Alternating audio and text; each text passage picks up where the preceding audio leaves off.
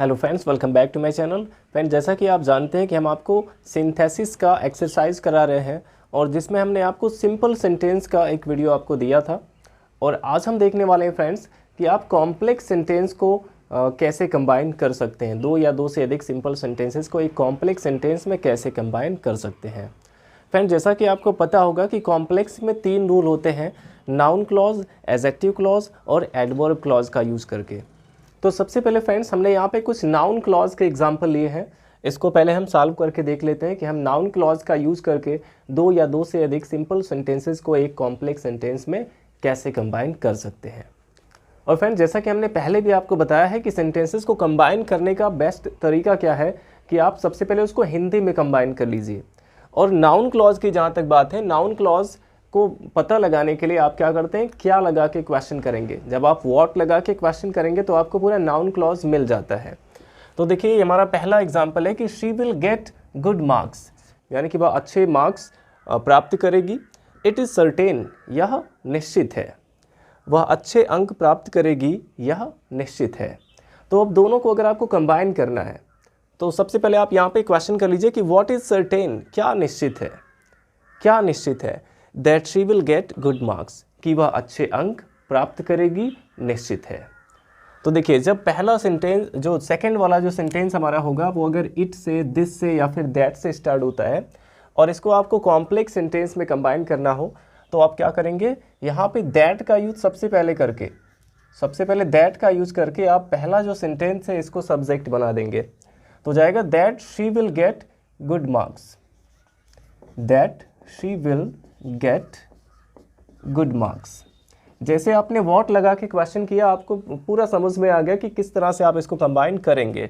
तो आपने क्वेश्चन किया कि व्हाट इज सर्टेन, क्या निश्चित है। आंसर मिला that she will get good marks is certain. तो that she will get good marks is certain. ये हमारा कॉम्बिनेशन हो गया दोनों सेंटेंस का कि that she will get good marks is certain, कि वह अच्छे अंक प्राप्त करेगी या निश्चित है। अब देखिए, नेक्स्ट एग्जांपल हमारा है कि द टू स्टूडेंट्स क्वेरल्ड, यानी कि दो स्टूडेंट्स आपस में झगड़ा किए। I want to know the reason, और मैं कारण जानना चाहता हूँ। दो स्टूडेंट्स ने आपस में झगड़ा किया, मैं कारण जानना चाहता हूँ। तो मैं क्या जानना चाहता हूँ, आई वॉन्ट टू नो, यानी कि मैं जानना चाहता हूँ। यहाँ पे आप क्या लगा के क्वेश्चन करिए कि मैं क्या जानना चाहता हूँ। तो आंसर क्या मिला, वाई द टू स्टूडेंट्स क्वेरल्ड, यानी कि दो स्टूडेंट ने झगड़ा क्यों किया, मैं ये जानना चाहता हूँ। तो आई वॉन्ट टू नो के बाद आप अगर व्हाट लगा के क्वेश्चन करते हैं तो आपको पूरा क्लॉज मिल जाता है, वाई द टू स्टूडेंट्स क्वेरल्ड, यानी कि दो स्टूडेंट ने झगड़ा क्यों किया। जब रीजन की बात होगी तो आपको समझ जाना है कि इसमें आपको वाई का यूज करना होगा। सबसे पहले आप प्रिंसिपल क्लॉज लिखेंगे, मैं जानना चाहता हूँ। इसके लिए क्या हो जाएगा, आई वॉन्ट टू नो। ये हो गया आई वॉन्ट टू नो। अब आप क्या लगा के क्वेश्चन करिए, क्या जानना चाहता हूं, वाई द टू स्टूडेंट्स क्वेरल्ड, यानी कि दो स्टूडेंट्स ने झगड़ा क्यों किया। तो यहां पे हो जाएगा वाई द टू स्टूडेंट्स क्वेरल्ड।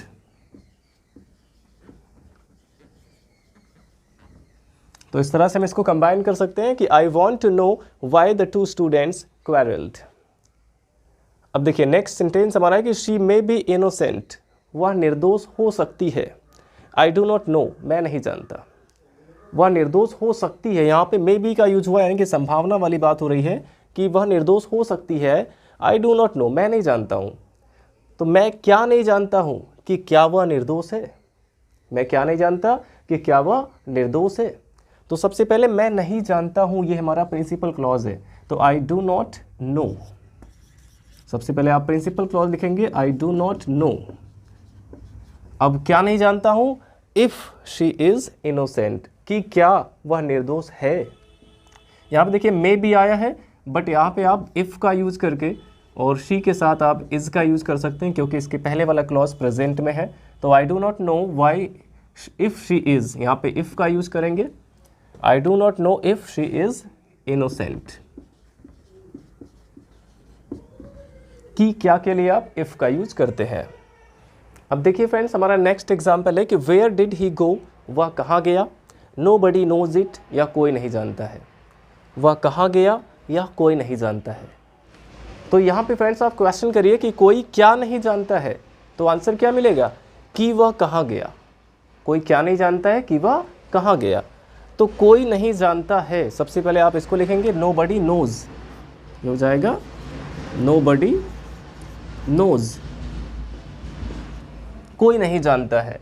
कि वह कहाँ गया, अब यहाँ पे देखिए कि क्या कि कहाँ आया हुआ है, तो उसके लिए आप कंजंक्शन के रूप में वेयर का यूज करेंगे। वेयर, जैसे आप डायरेक्ट से इनडायरेक्ट में जब चेंज करते हैं तो क्वेश्चन वर्ड से स्टार्ट होने पर रिपोर्टेड स्पीच आप उसी क्वेश्चन वर्ड को लिखते हैं एज अ कंजंक्शन। और इसके बाद आप क्या करते हैं कि इंट्रोगेटिव सेंटेंस को असर्टिव के रूल से लिखते हैं। तो सेम वही चीज़ यहाँ भी अप्लाई करना होगा। ये जो इंट्रोगेटिव सेंटेंस है वेयर डिड ही गो, इसको आपको असर्टिव बनाना है क्योंकि ये पास्ट इंडेफिनिट का है। तो वेयर के तुरंत बाद सब्जेक्ट आएगा ही और फिर डिड हट जाएगा और गो का सेकेंड फॉर्म आएगा वेंट। पास्ट इंडेफिनिट को जब हम इंट्रोगेटिव से असर्टिव में चेंज करेंगे तो डिड को हटा के वर्ब की सेकेंड फॉर्म लगाएंगे। तो हो गया nobody knows where he went, कोई नहीं जानता कि वह कहाँ गया। अब देखिए नेक्स्ट एग्जाम्पल हमारा है कि your father will soon recover, तुम्हारे पापा जल्दी ही ठीक हो जाएंगे। वी होप सो, हमें यह उम्मीद है, हमें ऐसी उम्मीद है। तो हमें उम्मीद है क्या कि तुम्हारे पापा जल्दी ठीक हो जाएंगे। तो सबसे पहले हमें उम्मीद है, इसके लिए आप लिखेंगे वी होप, हमें उम्मीद है, वी होप। क्या उम्मीद है कि तुम्हारे पापा जल्दी ठीक हो जाएंगे। तो की के लिए यहाँ पे आप दैट का यूज करेंगे क्योंकि असर्टिव सेंटेंस है, तो दैट लग जाएगा। We hope that your father will soon recover, पूरा ऐसे लिख लेंगे your father will soon recover. तो सेंटेंस हमारा कंबाइन हो गया कि we hope that your father will soon recover. यहाँ पे देखिए, यहाँ पे that your father will soon recover ये एक ऑब्जेक्ट के रूप में यूज हुआ है नाउन क्लॉज। अब इसके बाद देखिए फ्रेंड्स हमारा जो नेक्स्ट एग्जाम्पल है इसमें तीन सेंटेंसेज आए हुए हैं। द रेन वुड कम, यानी कि बारिश होगी। दैट वॉज आवर होप, यह हमारी उम्मीद थी। आवर होप वॉज रॉन्ग, और हमारी उम्मीद गलत थी। बारिश होगी यह हमारी उम्मीद थी और हमारी उम्मीद गलत थी। तो इसको आप कैसे कंबाइन कर सकते हैं, पहले हिंदी में सोचिए कि हमारी उम्मीद कि बारिश होगी गलत थी, हमारी उम्मीद कि बारिश होगी गलत थी। इस तरह से आपको इसको कंबाइन करना होगा। तो सबसे पहले हमारी उम्मीद यानी कि आवर होप, यहाँ पे आ जाएगा आवर होप कि बारिश होगी। That our hope that the rain would come, that the rain would come. अब वो क्या थी, गलत थी, वॉज रॉन्ग, वॉज रॉन्ग। तो इस तरह से हम इसको कंबाइन कर सकते हैं कि our hope that the rain would come was wrong, हमारी उम्मीद कि बारिश होगी गलत थी। अब देखिए फ्रेंड्स इसके बाद हमारा जो लास्ट एग्जाम्पल इसमें है कि ही इज़ डेड, वह मर गया है। This news is not true, यह खबर सच नहीं है। तो क्या सच नहीं है, क्या खबर सच नहीं है कि वह मर गया है। तो सबसे पहले यह खबर यानी कि दिस न्यूज़, यह खबर दिस न्यूज़ कि वह मर गया है। That he is dead, that he is dead. अब इज़ नॉट ट्रू, सही नहीं है। इस तरह से आप इसको कंबाइन कर सकते हैं। The news that he is dead is not true, यह खबर कि वह मर गया है सच नहीं है। तो इस तरह से फ्रेंड्स आपने देखा कि जब हम क्या लगा के क्वेश्चन करेंगे तो आपको पूरा का पूरा नाउन क्लॉज मिल जाता है और जिससे आप बहुत ही आसानी से इसे एक कॉम्प्लेक्स सेंटेंस में कंबाइन कर सकते हैं। तो आई होप इतना आपको समझ में आ गया होगा। अब इसके बाद हम देखते हैं कि एडजेक्टिव क्लॉज का यूज़ करके आप दो या दो से अधिक सिंपल सेंटेंसेस को एक कॉम्प्लेक्स सेंटेंस में कैसे कंबाइन करेंगे। अब देखिए फ्रेंड्स यहाँ पे जो हमने एग्जांपल्स लिए हैं इसे आपको एडजेक्टिव क्लॉज का यूज़ करके कंबाइन करना है। तो देख लेते हैं हमारा फर्स्ट एग्जांपल इसमें है कि my father will come from Delhi, यानी कि मेरे पापा दिल्ली से आएंगे। I do not know the time, और मैं वह समय नहीं जानता हूँ। मेरे पापा दिल्ली से आएंगे, मैं वह समय नहीं जानता हूँ। अब दोनों सेंटेंसेस को जब हम कंबाइन करते हैं हिंदी में तो क्या हो जाएगा कि मैं वह समय नहीं जानता हूँ जब मेरे पापा दिल्ली से आएंगे। मैं वह समय नहीं जानता जब मेरे पापा दिल्ली से आएंगे। तो सबसे पहले इसमें प्रिंसिपल क्लॉज हमारा क्या है कि मैं वह समय नहीं जानता हूँ। I do not know the time, ये पूरा का पूरा आपको लिखना है। I do not know the time, मैं वह समय नहीं जानता हूँ। जब के लिए आप किसका यूज़ करते हैं? व्हेन का यूज़ करते हैं। अगर आप यहाँ से द टाइम को हटा देते हैं, नो के तुरंत बाद व्हेन लिखते हैं तो ये नाउन क्लॉज हो जाएगा। लेकिन अगर यहाँ पे द टाइम के बाद व्हेन लगाते हैं तो ये एडजेक्टिव क्लॉज है, क्योंकि ये टाइम के लिए एक एडजेक्टिव का काम करेगा। I do not know the time when, मैं नहीं जानता हूँ वह समय जब my father will come from Delhi. ये चीज़ आप यहाँ पे लिख देंगे, my father will come from Delhi. तो इस तरह से आप इसको कंबाइन कर सकते हैं। I do not know the time when my father will come from Delhi. सबसे पहले हमने ये दूसरा सेंटेंस लिखा, फिर व्हेन का यूज़ करके पहला सेंटेंस लिख दिए। सेंटेंस हमारा कंबाइन हो गया बहुत ही ईजिली। अब देखते हैं नेक्स्ट एग्जाम्पल हमारा कि द पेन इज़ माइन, यानी कि वह पेन मेरी है। It is on the table, वह टेबल पर है। अब इसको जब हम हिंदी में कंबाइन करते हैं तो क्या होगा कि वह पेन जो टेबल पर है मेरी है। वह पेन जो टेबल पर है मेरी है। तो वह पेन के लिए आप लिखेंगे पहले द पेन, द पेन।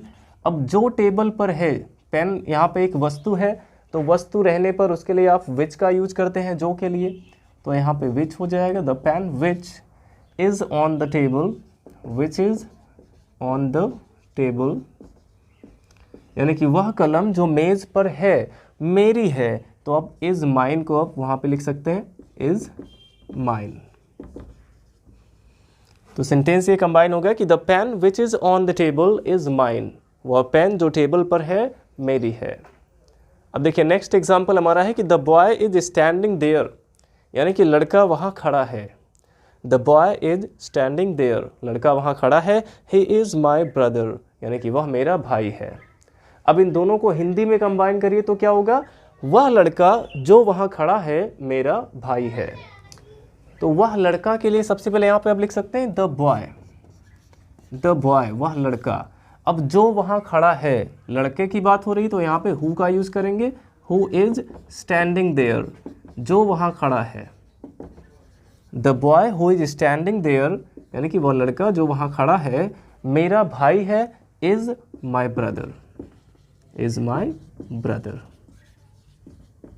इस तरह से आप इसको कंबाइन कर सकते हैं बहुत ही आसानी से कि the boy who is standing there is my brother. अब देखिए यहाँ पे जो बॉय के लिए ये जो पूरा क्लॉज है कि हु इज स्टैंडिंग देयर, ये पूरा क्लॉज किसके लिए लिखा गया है? बॉय के लिए। और बॉय क्या है? एक नाउन है। एक नाउन के लिए ये नाउन को मॉडिफाई कर रहा है, इसलिए हु इज स्टैंडिंग देयर ये पूरा का पूरा क्या है? एडजेक्टिव क्लॉज है। तो देखिए नेक्स्ट एग्जाम्पल हमारा कि some people die for some noble cause, यानी कि कुछ लोग कुछ श्रेष्ठ काम की वजह से मरते हैं। They are honoured by everyone, उनकी सबके द्वारा ऑनर यानी कि सम्मान किया जाता है, सबके द्वारा उनका सम्मान किया जाता है। कुछ लोग कुछ महान कार्य के लिए मरते हैं और सबके द्वारा उनका सम्मान किया जाता है। तो इसको आप कैसे कंबाइन कर सकते हैं कि वे लोग जो कोई नोबल कॉज के लिए मरते हैं आर ऑनर्ड बाय एवरीवन, सबके द्वारा उनका सम्मान किया जाता है। तो सबसे पहले यहाँ पे आप सम पीपल है तो आप द पीपल कर देंगे, द पीपल। तो सम पीपल के जगह पे आपको द पीपल करना होगा, यानी कि वे लोग जो मरते हैं, यानी कि who die, the people who die for some noble cause, for some noble cause. अब इसके बाद देखिए जो नेक्स्ट सेंटेंस हमारा है, इसमें आपको सब्जेक्ट को हटाना है, आर ऑनर्ड बाय एवरीवन। यहाँ से आप ऐड कर सकते हैं इसमें आर ऑनर्ड बाय एवरीवन। तो पूरा सेंटेंस हमारा क्या बना कि the people who die for some noble cause are honoured by everyone, वे लोग जो कुछ महान कार्य के लिए मरते हैं सभी के द्वारा उनका सम्मान किया जाता है। अब देखिए नेक्स्ट एग्जाम्पल हमारा कि दिस इज पोरबंदर, यह पोरबंदर है। महात्मा Gandhi was born here, Mahatma Gandhi यहाँ पैदा हुए थे। तो यह पोरबंदर है जहाँ महात्मा गांधी पैदा हुए थे। इस तरह से आप इसको कंबाइन कर सकते हैं। तो सबसे पहले आप लिखेंगे this is Porbandar, this is Porbandar. अब जहाँ, जहाँ के लिए वेयर का यूज करेंगे, वेयर महात्मा गांधी, क्योंकि यहाँ पे एक स्थान की बात हो रही है, प्लेस की बात हो रही है, तो आपको इसमें कंजंक्शन के रूप में वेयर का यूज करना होगा जहाँ के लिए। तो where Mahatma Gandhi was born, और हियर यहाँ से हटा देंगे क्योंकि यहाँ पे वेयर आ गया। तो this is Porbandar where Mahatma Gandhi was born. यह पोरबंदर है जहाँ महात्मा गांधी पैदा हुए थे। अब नेक्स्ट एग्जाम्पल हमारा है कि the boys have come back, यानी कि लड़के वापस आ गए हैं। They went to Delhi last month, वे पिछले महीने दिल्ली गए थे। अब इसको आप हिंदी में कंबाइन करिए कि वे लड़के जो पिछले महीने दिल्ली गए थे वापस आ गए हैं। वे लड़के जो पिछले महीने दिल्ली गए थे वापस आ गए हैं। तो सबसे पहले वे लड़के के लिए द बॉयज़, अब जो के लिए यहाँ पे हु लग जाएगा क्योंकि बॉय यहाँ पे बॉय है, पर्सन की बात हो रही है तो हु का यूज़ करेंगे। The boys who went to Delhi, जो दिल्ली गए थे। The boys who went to Delhi last month, पिछले महीने। तो बॉयज़ के बारे में बताया जा रहा है, कौन से boys? Who went to Delhi last month, जो बच्चे पिछले महीने दिल्ली गए हुए थे, वे लड़के क्या हुआ है? हैव कम बैक, वापस आ गए हैं। Have come back. तो पूरा सेंटेंस हमारा बन गया कि the boys who went to Delhi last month have come back, वे लड़के जो पिछले महीने दिल्ली गए थे वापस आ गए हैं। अब देखिए लास्ट एग्जाम्पल हमारा है कि you have put my book at a place, तुमने मेरा बुक एक स्थान पर रख दिया है। शो मी द प्लेस, मुझे वह स्थान दिखाओ। अब दोनों को कंबाइन करिए, तो मुझे वह स्थान दिखाओ जहाँ तुमने मेरा बुक रखा है। तो मुझे वह स्थान दिखाओ, ये हो गया प्रिंसिपल क्लॉज। तो शो मी द प्लेस, इस चीज़ को पहले लिखेंगे, हो गया शो मी द प्लेस, मुझे वह स्थान दिखाओ जहाँ, जहाँ के लिए क्या आएगा? वेयर आएगा। अब तुमने रखा है you have put, where you have put, क्या रखा है? My book. तो इसका कॉम्बिनेशन क्या हो गया? Show me the place where you have put my book, मुझे वह स्थान दिखाओ जहाँ तुमने मेरी किताब रखी है। तो देखिए यहाँ पे प्लेस को मॉडिफाई कर रहा है कि where you have put my book, ये उसी स्थान के बारे में कहा गया है। तो ये सब यहाँ पे एडजेक्टिव क्लॉज का काम कर रहे हैं। आई होप फ्रेंड्स आपको अच्छे से समझ में आ गया होगा। अब इसके बाद हम कुछ और एग्जांपल्स देख लेते हैं एडवर्ब क्लॉज के, ये कॉम्प्लेक्स सेंटेंस हो जाएगा कंप्लीट। तो चलिए फ्रेंड्स, अब हम लोग देख लेते हैं कि हम एडवर्ब क्लॉज का यूज करके सेंटेंसेस को कैसे एक कॉम्प्लेक्स सेंटेंस में कंबाइन कर सकते हैं। तो देखिए फ्रेंड्स, हमारा फर्स्ट एग्जाम्पल है कि आई एम क्वाइट टायर्ड, मैं बिल्कुल थक गया हूँ। I can not walk any more, मैं और अधिक नहीं चल सकता। मैं बहुत थक गया हूँ, मैं और अधिक नहीं चल सकता। जैसा कि आपको पता है कि कॉम्प्लेक्स सेंटेंस क्या होता है, जिसमें एक डिपेंडेंट और एक इंडिपेंडेंट क्लॉज होने चाहिए। तो इसमें एक क्लॉज को हमें डिपेंडेंट बनाना है और एक को इंडिपेंडेंट। तो कैसे बन जाएगा ये सेंटेंस? पहले हिंदी में कंबाइन करिए कि मैं इतना थक गया हूँ, आई एम सो टायर्ड, मैं इतना थक गया हूँ कि मैं और अधिक नहीं चल सकता। मैं इतना थक गया हूँ कि मैं और अधिक नहीं चल सकता। तो यहाँ पे आप सो दैट का यूज़ कर सकते हैं। सबसे पहले आई एम, और इसके बाद क्वाइट की जगह पे आप सो कर देंगे। आई एम सो टायर्ड, मैं इतना थक गया हूँ कि के लिए दैट। आपको एडजेक्टिव के पहले सो और एडजेक्टिव के बाद दैट का यूज़ करना है। I am so tired that, मैं इतना थक गया हूँ कि मैं और अधिक नहीं चल सकता। I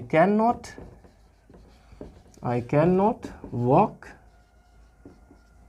any more. तो यहाँ पे देखिए आप सो दैट का यूज करके इसको कंबाइन कर सकते थे बहुत ही आसानी से। I am so tired that I can not walk any more. अब देखिए यहाँ पे नेक्स्ट एग्जाम्पल हमारा है कि लर्न योर लेसन, अपना पाठ याद करो। You will pass your examination, और तुम परीक्षा में पास हो जाओगे।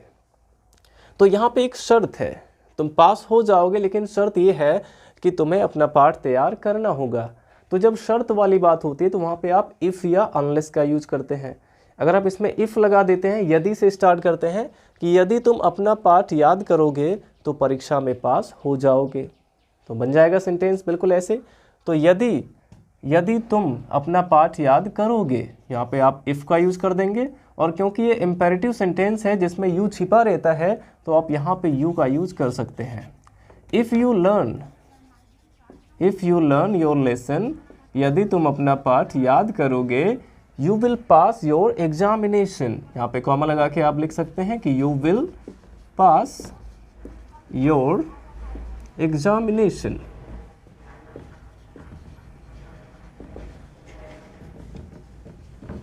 तो यहाँ पे एक शर्त वाली बात हुई थी, तो इसमें हमने इफ़ का यूज़ किया है, यदि से स्टार्ट किया हिंदी वाले सेंटेंस को, कि यदि तुम अपना पाठ याद करोगे तो तुम पास हो जाओगे।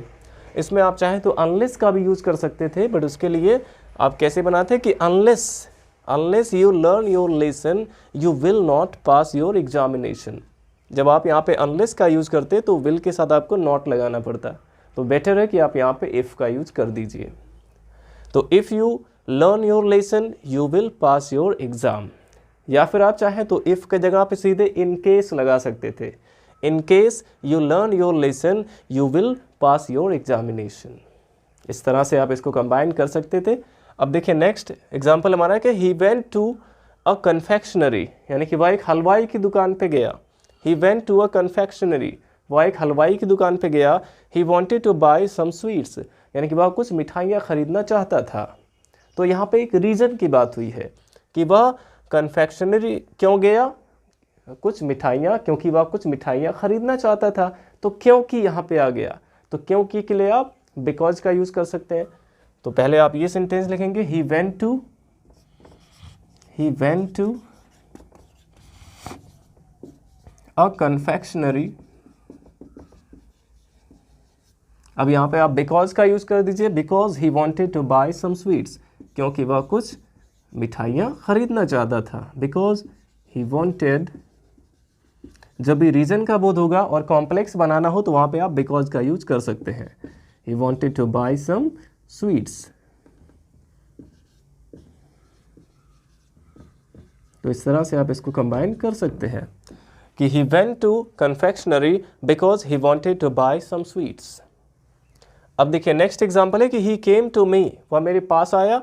आई वॉज राइटिंग एन एस्से, मैं एक एस्से लिख रहा था।